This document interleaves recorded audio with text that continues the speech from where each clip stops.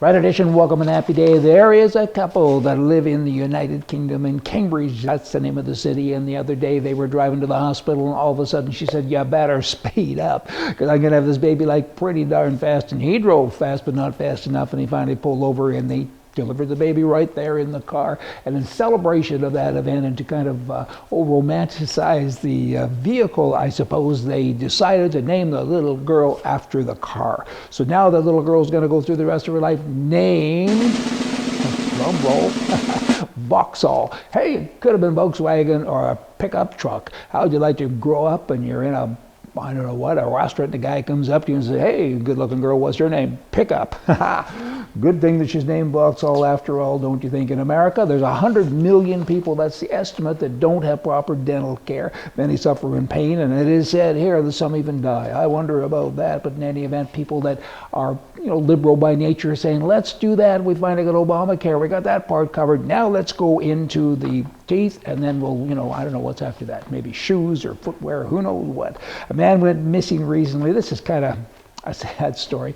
There's a little bit of humor in it too. You gotta be warped to get the humor side of this. So are you with me? Get your warp side warmed up. Here it comes. He went missing after he was baptized in Santa Barbara, California. He and two other people were swept out to sea. They were holding him, supposedly, didn't do a very good job of it. He was having the full immersion thing going on in the ocean. And don't laugh, they actually died. There, I have my composure back. And maybe God was having a bad, stop with the jokes. This is true. They were swept out to sea, and they weren't ever found. So certainly it's been several weeks now, so certainly they're presumed dead, and that baptism kind of didn't take. Churches in Birmingham, Alabama can no longer feed the homeless.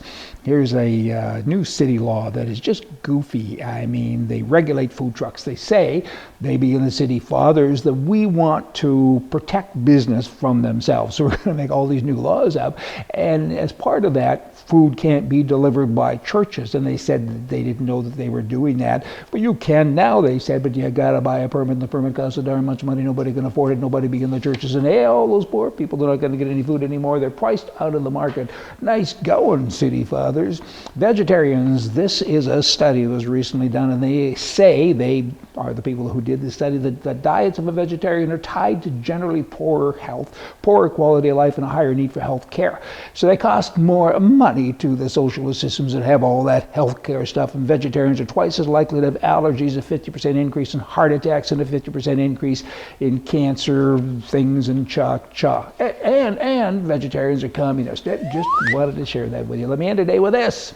Here it comes. A young, ruthless executive died and he went to hell. Didn't go to heaven. When he got there, he saw one sign that said capitalist hell, and another that said socialist hell. In front of the socialist hell was an incredibly long line, while there was no one in front of the capitalist hell line. So the executive asked the guard, hey, what do they do to you in the socialist hell line?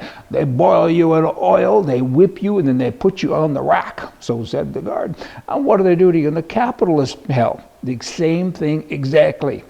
Then why is everybody in the socialist line? Because in socialist hell, they're always out of everything, out of whips, out of oil, and out of racks. I'll come back tomorrow. We're going to vote for you from the right. See ya.